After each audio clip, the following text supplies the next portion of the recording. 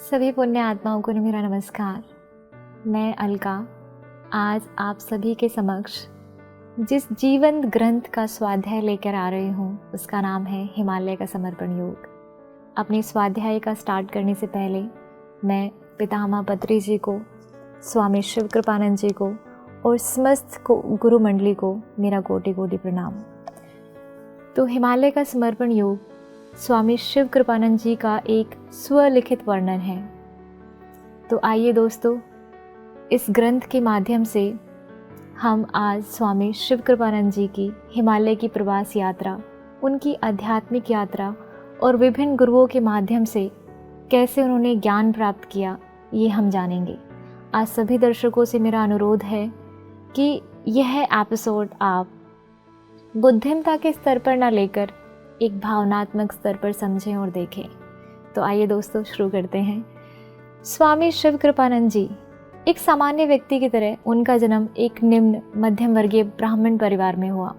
उनकी माता अत्यधिक धार्मिक विचार वाली, बहुत ही सौम्य और शांत स्वभाव की एक महिला रही हैं। स्वामी जी भी बहुत धार्मिक प्रवृत्ति के व्यक्ति रहे हैं। बचपन से ही उनके धार्मिक संस्कार उन्होंने अपनी माता के साथ साथ अपने नाना और अपनी नानी जी से लिए। बचपन से ही स्वामी जी के अंदर एक इच्छा थी कि मुझे ईश्वर की खोज करनी है। ईश्वर क्या है मुझे जानना है, ईश्वर की अनुभूति मुझे लेनी है।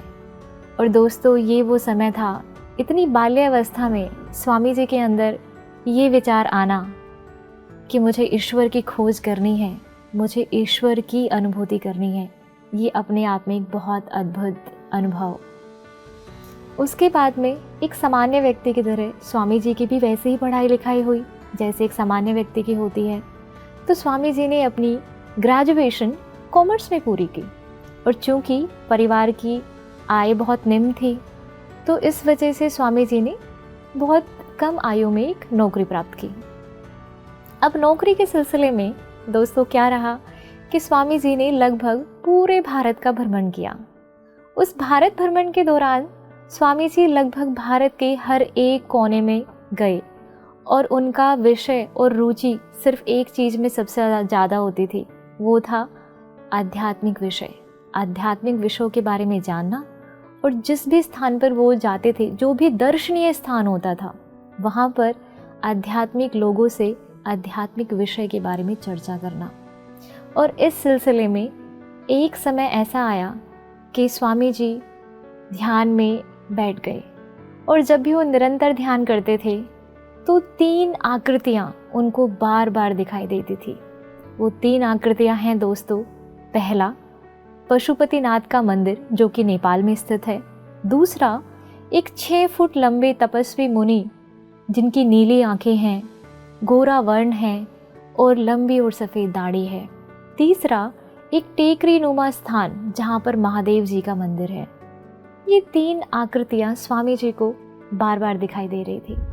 अब ऐसे में स्वामी जी बड़ी असमंजस में कि जब भी ध्यान में बैठता हूँ तो हमेशा ये 3 आकृतियाँ मुझे दिखाई देती हैं। कहना क्या चाह रही हैं, मीनिंग क्या है, कुछ समझ नहीं आ रहा। बस स्वामी जी अपनी ध्यान की यात्रा को यूँ ही निरंतर आगे बढ़ाते रहे। और दोस्तों, एक दिन ऐसा आया कि स्वामी जी अपनी नौकरी के सिलसिले में कानपुर गए। अब कानपुर जाकर देखा कि वहाँ पर तो हड़ताल चल रही है। तो हड़ताल अब कुछ दिन और चलने वाली थी। तो स्वामी जी को विचार आया कि क्यों ना हम पशुपतिनाथ मंदिर हो आए। तो स्वामी जी ने अपना पशुपतिनाथ मंदिर जो कि नेपाल में है, वहाँ पर जाने का प्रोग्राम बनाया। जैसे ही स्वामी जी नेपाल में गए और पशुपतिनाथ मंदिर के दर्शन किए तो मंदिर के बाहर उनको एक वृद्ध सज्जन मिले, जो कि वृद्ध सज्जन एक बहुत दूर गांव से आए थे। उस वृद्ध सज्जन ने स्वामी जी से कहा कि स्वामी जी, आपसे शिव बाबा मिलना चाहते हैं, चलिए। और ये इतना आग्रह पूर्वक कहना कि चलिए, स्वामी जी अपने आप को रोक ना पाए और वो उस वृद्ध सज्जन के साथ चल दिए। जैसे ही वो सुदूर गांव में शिव बाबा से मिले तो स्वामी जी बहुत आश्चर्यचकित हो गई, क्योंकि ये कोई और नहीं, वही तपस्वी और वही 6 फुट लंबे ऋषि मुनि जिनकी नीली आंखें, गोर वर्ण, सफ़ेद और लंबी दाढ़ी थी, ये वही तपस्वी मुनि थी। इस समय का वो समय था दोस्तों कि स्वामी जी गदगद हो गए कि ये तो वही तपस्वी हैं जो मुझे बार बार ध्यान में दर्शन दे रहे हैं और आज मैं साक्षात इनसे मिल रहा हूँ। ये वो समय था दोस्तों जब शिव बाबा ने स्वामी जी के अंदर अपनी सभी शक्तियों को संक्रमित किया और उनकी आगे की आध्यात्मिक यात्रा का मार्ग प्रशस्त किया। और यहाँ से स्टोरी बहुत दिलचस्प होती है। अब इस समय पे स्वामी जी को लगा कि अब मेरी आध्यात्मिक यात्रा वास्तविकता में शुरू हुई है। और दोस्तों ये वो समय था जब स्वामी जी नेपाल से लौट आए। अब लौट आने के बाद में रोज़मर्रा की वही ज़िंदगी चल रही थी, नौकरी का काम। कुछ समय के बाद में स्वामी जी का विवाह हो गया और विवाह होने के बाद में एक पुत्र रत्न की प्राप्ति हुई। जब पुत्र 1.5 साल का हुआ तो स्वामी जी के घर पर एक गुरुदेव आए। गुरुदेव ने स्वामी जी की पत्नी से कहा कि मैं आपके पति को लेने आया हूँ, इनको हिमालय लेके जाना है, इनके द्वारा संसार में एक बहुत बड़ा काम होना है, क्या आप सहमति देंगी? अब स्वामी जी की पत्नी असमंजस में पड़ गई, क्या किया जाए, बेटा भी बहुत छोटा है, कैसे अलाउ करूं? लेकिन उन्हें तनिक भी सोचे बिना बोला कि आप लेकर जा सकते हैं।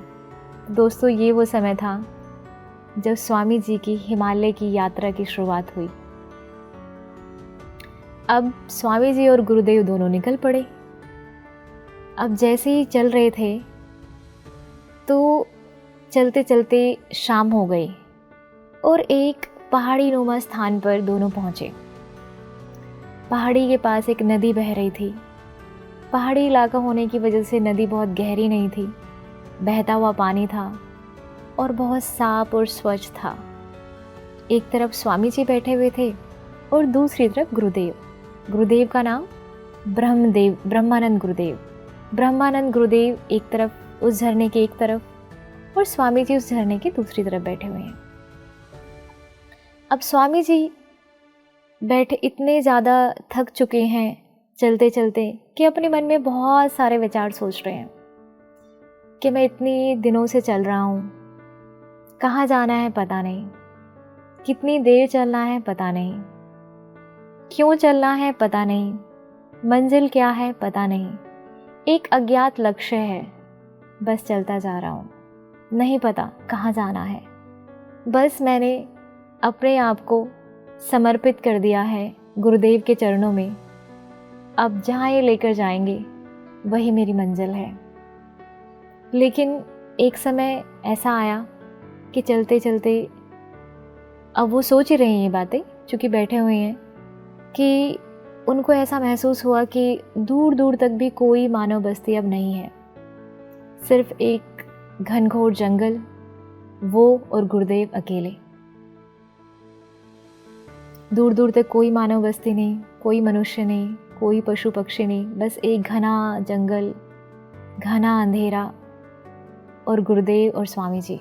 उस समय उनको ये एहसास हुआ कि मनुष्य को सामाजिक प्राणी क्यों कहा जाता है, क्यों मनुष्य हमेशा समाज में रहना पसंद करता है, समूह में रहना पसंद करता है।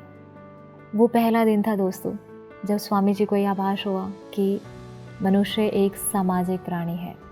दूसरी ओर इधर गुरुदेव ब्रह्मानंद जी नदी में पैर लटकाए हुए बैठे हैं और वो बड़े शांत स्वभाव से आंखें बंद करके बैठे हुए हैं।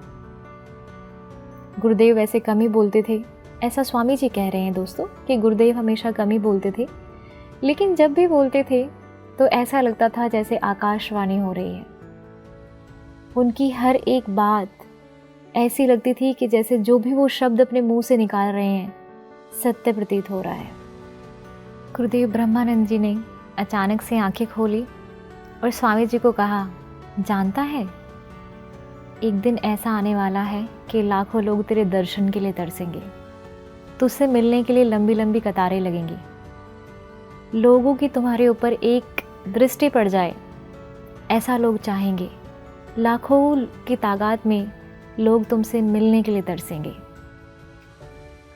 तुम अभी अज्ञानता में हो, तुम जिस अपने परिवार को अपना संसार समझ बैठे हो वह तुम्हारा संसार नहीं है, मालूम है ना?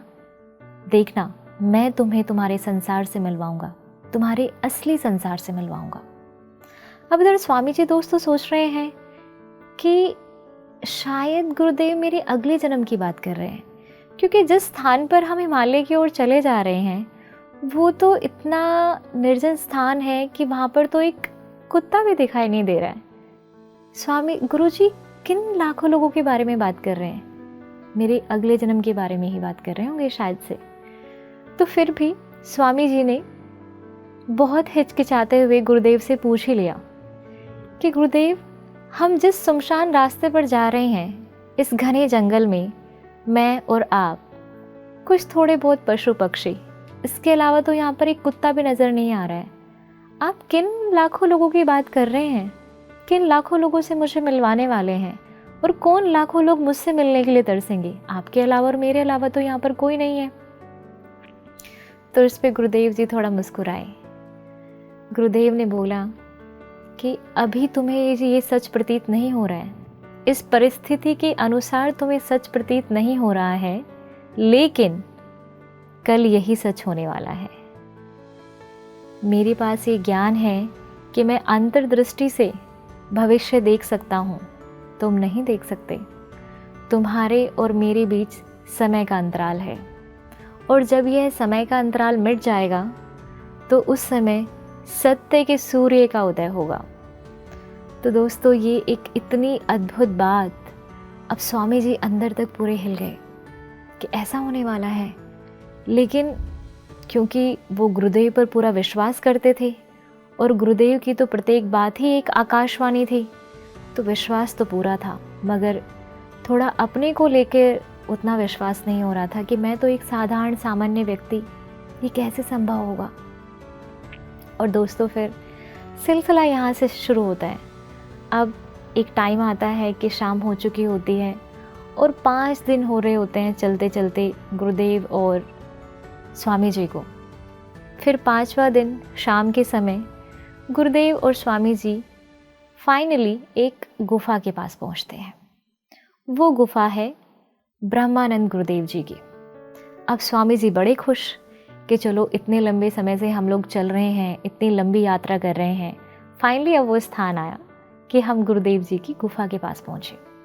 और गुफा का दृश्य दोस्तों अद्भुत सुंदर, एक बहता हुआ जलाशय, इतने खूबसूरत से फ्लावर्स, और जैसे ही आप उस जलाशय के पास सुबह बैठें तो उगता हुआ सूर्य आपको दिखाई देगा। इतना अद्भुत दृश्य।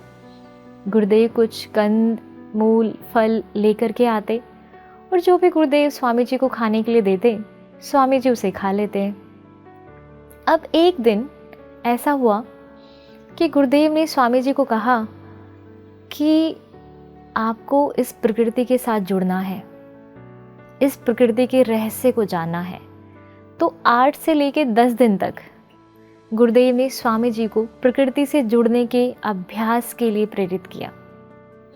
और दोस्तों, ये एक ऐसा अभ्यास जो मैं आपके समक्ष भी बताने वाली हूँ, जिसको सुन के आपका भी मन हो जाएगा कि बस हम ध्यान की गहराइयों में उतर जाएं। तो गुरुदेव ने स्वामी जी को कहा कि सामने बहते हुए झरने को देखो, देखते रहो, गौर से देखो और इसकी गहराइयों में उतर जाओ। देखते रहो ये झरना कैसे बह रहा है, पानी कैसे गिर रहा है, किस क्रम में गिर रहा है और फिर किस क्रमबद्ध तरीके से बह रहा है। इसकी गहराइयों में गौर से देखते रहो और उसकी गहराइयों में उतर जाओ। स्वामी जी ने वैसा ही किया। इसकी गहराई का अध्ययन करो, ऐसा गुरुदेव उनको बोल रहे हैं। और जब स्वामी जी उस पानी के झरने को, उस हर प्रक्रिया को जो कि गुरुदेव ने बताई थी उसको दोहराते हैं, तो वो महसूस करते हैं कि एक समय ऐसा आता है कि वो उस पानी के झरने सा बहकर, झरने सा बनकर बह जाते हैं। वो पूरे संसार को भूल जाते हैं और ये वो समय होता है कि वो पानी का झरना ही उनका संसार बन जाता है। कोई विचार नहीं, किसी प्रकार का कोई मंत्र नहीं, सिर्फ वो बहता पानी, वो झरना और उसकी गहराई। और जैसे ही स्वामी जी अपनी आंखें बंद करते हैं और उस झरने की गहराइयों में उतरते हैं, तो वो महसूस करते हैं कि वो खुद भी उस झरने के साथ बह रहे हैं। वो एक इतनी निर्मल स्थिति, जब कोई विचार नहीं, बस वो माँ प्रकृति, माँ भगवती का अद्भुत दृश्य, स्वामी जी और एक गहरी शांति। तो दोस्तों, आपको बताते बताते मुझे खुद भी ऐसा मन हो गया कि मैं इस ध्यान की यात्रा में खुद अभी के अभी बैठ जाऊं। और यहाँ से फिर एक अगली कहानी शुरू होती है। और फिर गुरुदेव ने स्वामी जी को निरंतर अगले 1 हफ्ते तक का समय दिया कि आप लगातार इसी प्रकार पानी के झरने पर अपना चित्त रखकर ध्यान अभ्यास करेंगे। और स्वामी जी ने वही करना शुरू किया। लगातार पानी के झरने पर अपना चित्त रखकर अभ्यास करते रहे और धीरे धीरे उन्होंने ये महसूस किया कि वो विचार रहित हो चुके हैं। कोई विचार नहीं, एकदम निर्विचार स्थिति। और उन्होंने ये भी महसूस किया कि उनका चित्त दिन और प्रतिदिन शुद्ध होता जा रहा है, पवित्र, निर्मल और एक शुद्ध चित्त। फिर गुरुदेव और स्वामी जी के बीच में शाम के समय एक अद्भुत संवाद हुआ। वो संवाद इतना अद्भुत कि एक अध्यापिका होने के नाते मुझे खुद इतना अच्छा महसूस हुआ कि इतना अद्भुत ज्ञान मुझे इस पुस्तक के माध्यम से प्राप्त हुआ। और उस संवाद का टॉपिक है याचक और दाता के बीच का एक अंतर। क्या डिफरेंस है दोनों के बीच में। ये संवाद इतना अद्भुत है कि मैं एक भी पंक्ति इसकी, एक भी लाइन मिस ना करके आपको एक पुस्तक के माध्यम से बताती हूँ। गुरुदेव ने कहा कि एक साधक को केवल माध्यम बनकर कार्य करना चाहिए।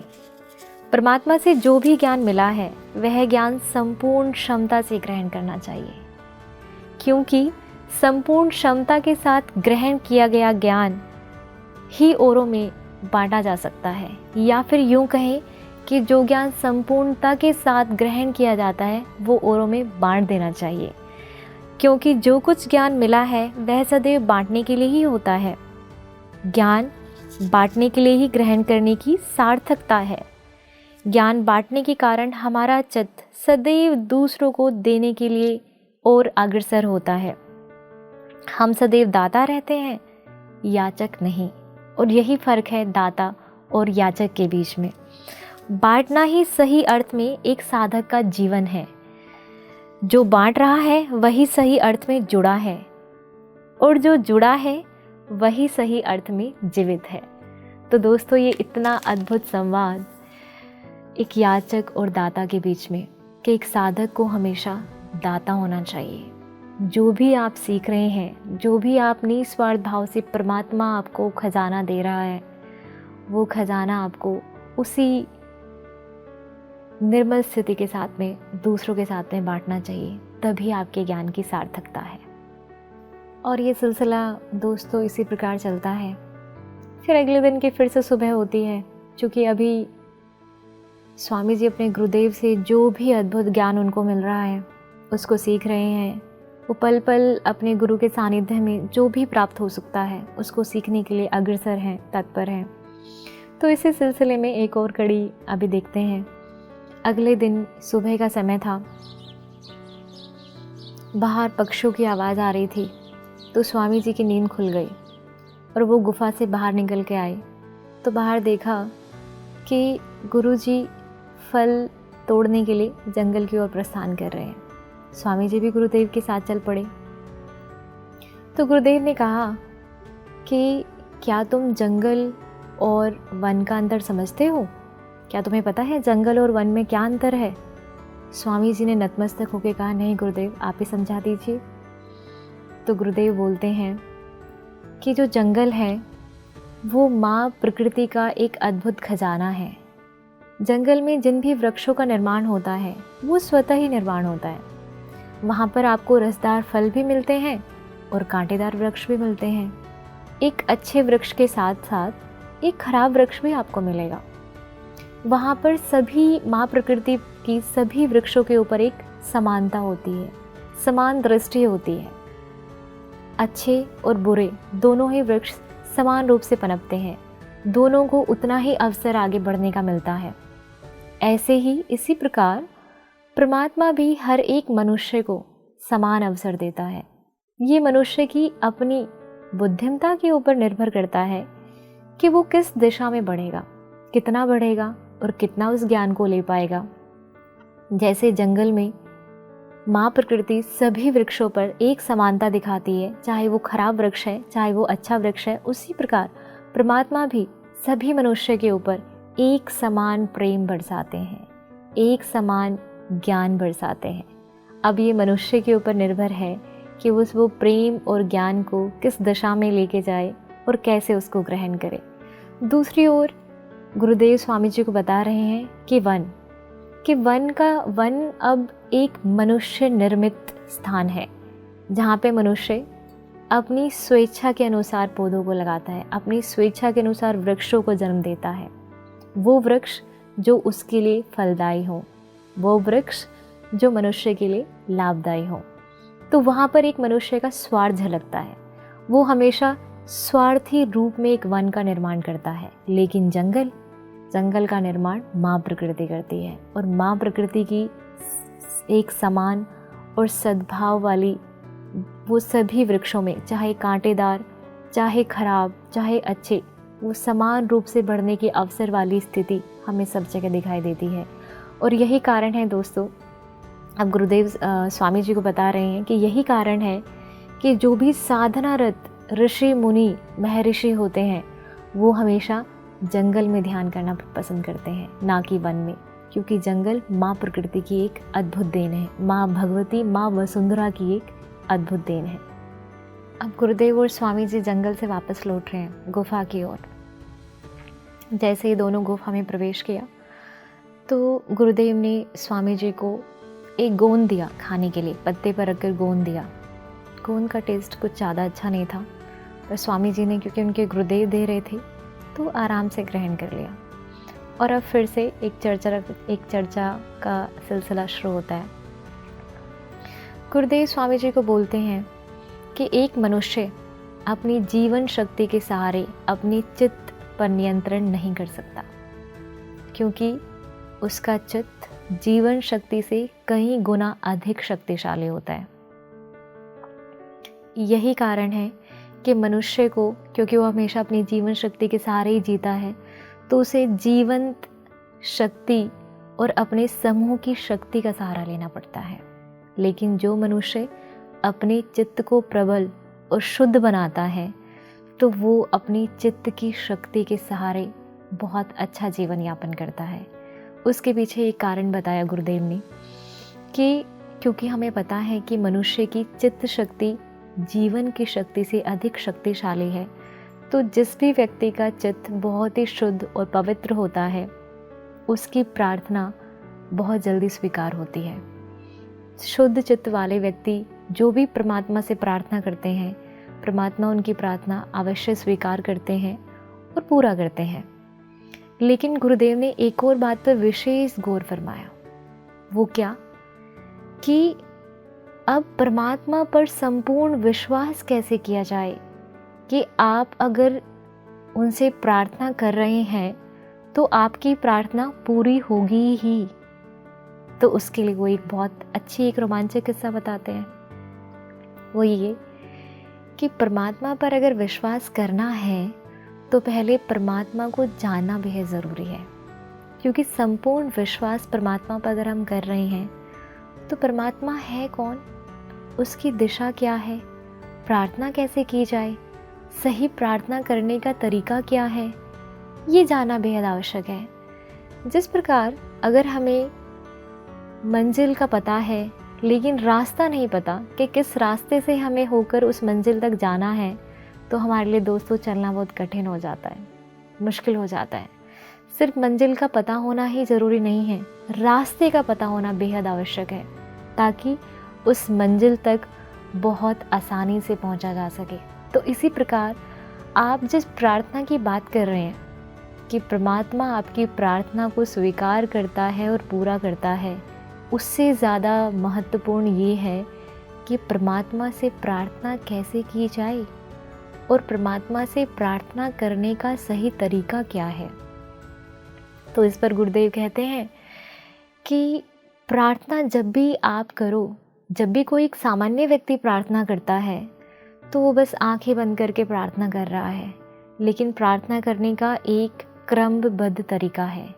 प्रार्थना हमेशा जब भी एक मनुष्य करे तो वो आंखें बंद करके अपने हृदय की गहराइयों से जुड़कर प्रार्थना करे। और जब हम अपने हृदय की गहराइयों से प्रार्थना करते हैं तो हमारा मन शुद्ध और निर्मल हो जाता है, हमारा चित्त शुद्ध और निर्मल हो जाता है। और एक शुद्ध और चित्त निर्मल वाला व्यक्ति जो भी प्रार्थना करता है वो प्रार्थना अवश्य ही स्वीकार होती है। तो परमात्मा के ऊपर संपूर्ण विश्वास हृदय की गहराइयों से होता है।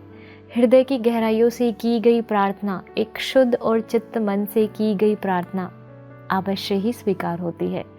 तो दोस्तों, इस कहानी में गुरुदेव स्वामी जी को एक बार फिर से, जो अभी हमने थोड़ी देर पहले देखा कि गुरुदेव स्वामी जी को कह रहे हैं कि आप एक झरने के ऊपर अपना चित्त रखकर अभ्यास करो, और 8 से 10 दिन तक स्वामी जी उस झरने पर अपना चित्त रखकर अभ्यास कर रहे हैं और एक शुद्ध और निर्मल चित्त की स्थापना उन्होंने की कि जहाँ पे उनकी विचार शून्यता की स्थिति प्राप्त हो गई। ऐसी ही स्थिति को वो इस प्रार्थना रूपी स्थिति में बताने की कोशिश कर रहे हैं कि मन जितना पवित्र शुद्ध होगा उतनी ही जल्दी हमारी प्रार्थना स्वीकार होगी। अब अगला दिन, एक अगला पड़ाव और एक अगली अद्भुत स्टोरी। तो दोस्तों, आज का दिन गुरुदेव और स्वामी जी के बीच में एक अद्भुत संवाद, और संवाद स्त्री शक्ति के ऊपर। इतना सुंदर रोमांचक किस्सा, मैं एक पंक्ति भी, एक लाइन भी मिस नहीं करना चाहूँगी। और मैं चाहूँगी कि सीधा हम अपनी बुक के माध्यम से देखें कि क्या किस्सा है। तो गुरुदेव स्वामी जी को बोलते हैं कि स्त्री का निर्माण परमात्मा ने शक्ति के रूप में किया है। स्त्री एक शक्ति है, बशर्ते तुम उसे शक्ति समझो या नहीं। स्त्री में ग्रहण करने की अपार शक्ति होती है। वह ग्रहण की गई शक्ति को ठीक से विकसित करके उसे पूर्णत्व प्रदान करती है। पुरुष और स्त्री समाज रूपी रथ के 2 पहिए हैं। इनके बिना समाज विकसित नहीं हो सकता। स्त्री की शक्तियों का ज्ञान स्त्री से पूर्व पुरुष को हो गया था। शक्तियों के कारण उनके ऊपर उनका वर्चस्व न हो जाए, यह जानकर मनुष्य पुरुषों ने स्त्रियों को दबाना प्रारंभ किया। तो हजारों सालों से समाज में स्त्री शक्ति का दमन हो रहा है और एक असंतुलन समाज में आ गया है। स्त्री शक्ति को संतुलित किए बिना समाज का संतुलन या संतुलित विकास संभव नहीं है। स्त्री पुरुष की पत्नी कम, माता अधिक होती है, क्योंकि माता का स्वभाव ही है उसका मूल स्वभाव। जो भी आध्यात्मिक संत महात्मा हुए हैं, उन सबके जीवन में कहीं ना कहीं उनकी प्रेरणा के रूप में स्त्री शक्ति का हाथ ही रहा है। इसलिए देवी देवताओं ने भी स्त्रियों को एक विशेष सम्मान का दर्जा दिया है। इतना अद्भुत संवाद स्त्री शक्ति को लेकर। और सिर्फ इतना ही नहीं, स्त्री एक सुलभ गुण है, इसको लेकर भी स्वामी जी ने बहुत सुंदर विचार प्रस्तुत किए हैं। तो दोस्तों, देखते हैं कि वो क्या विचार हैं स्वामी और गुरुदेव जी के बीच में। आगे गुरुदेव स्वामी जी से कहते हैं कि एक स्त्री के अंदर अपना सब कुछ देने का सामर्थ्य होता है।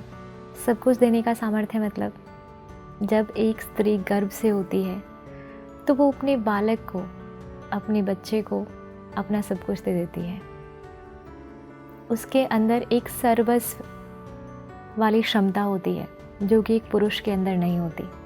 तो इसलिए अगर हमारे समाज में आध्यात्मिक विकास होना है तो उस आध्यात्मिक विकास का क्रियान्वयन स्त्री शक्ति से ही होगा, क्योंकि स्त्री शक्ति वो नारी शक्ति है जो एक ही शरीर में रहकर भी अनेकों अनेक रूप एक साथ दिखा रही होती है, एक साथ जी रही होती है।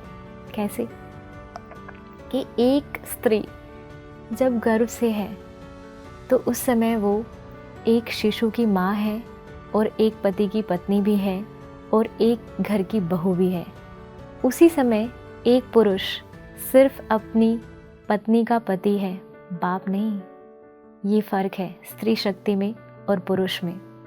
पुरुष अगर स्त्री को सम्मान भी देता है तो ऐसा लगता है कि कोई उपकार कर रहा है। स्त्री शक्ति को सम्मान देना कोई उपकार नहीं है, बल्कि एक बिखरे हुए समाज का, एक असंतुलित समाज का एक संतुलन है। क्योंकि अगर हमें अपने असंतुलित समाज को, जिसमें स्त्री शक्ति का हजारों वर्षों से दमन हो रहा है, उसको संतुलन करना है, उसमें एक आध्यात्मिक क्रांति लेकर के आनी है, तो स्त्री शक्ति को सम्मान देना ही होगा। और इतना कहकर गुरुदेव अंतर ध्यान हो गए। उन्होंने आंखें बंद कर ली और स्वामी जी बता रहे हैं कि मुझे ऐसा लगा कि कोई बहुत बड़ा सा संदेश मेरे अंदर तक समा गया। तो दोस्तों, आज के इस एपिसोड में हमने इतने खूबसूरत संवाद गुरुदेव और स्वामी जी के बीच में सुने, देखे। आज का एपिसोड यहीं तक ही। हम अगले आने वाले एपिसोड में आगे की हिमालय की यात्रा, आगे के संवाद और क्या क्या स्वामी जी गुरुदेव के सानिध्य में रहकर सीख रहे हैं वो जानेंगे। आप जुड़ रहे हमारे साथ इस स्वाध्याय सीरीज में। आप सभी का बहुत बहुत शुक्रिया। नमस्कार।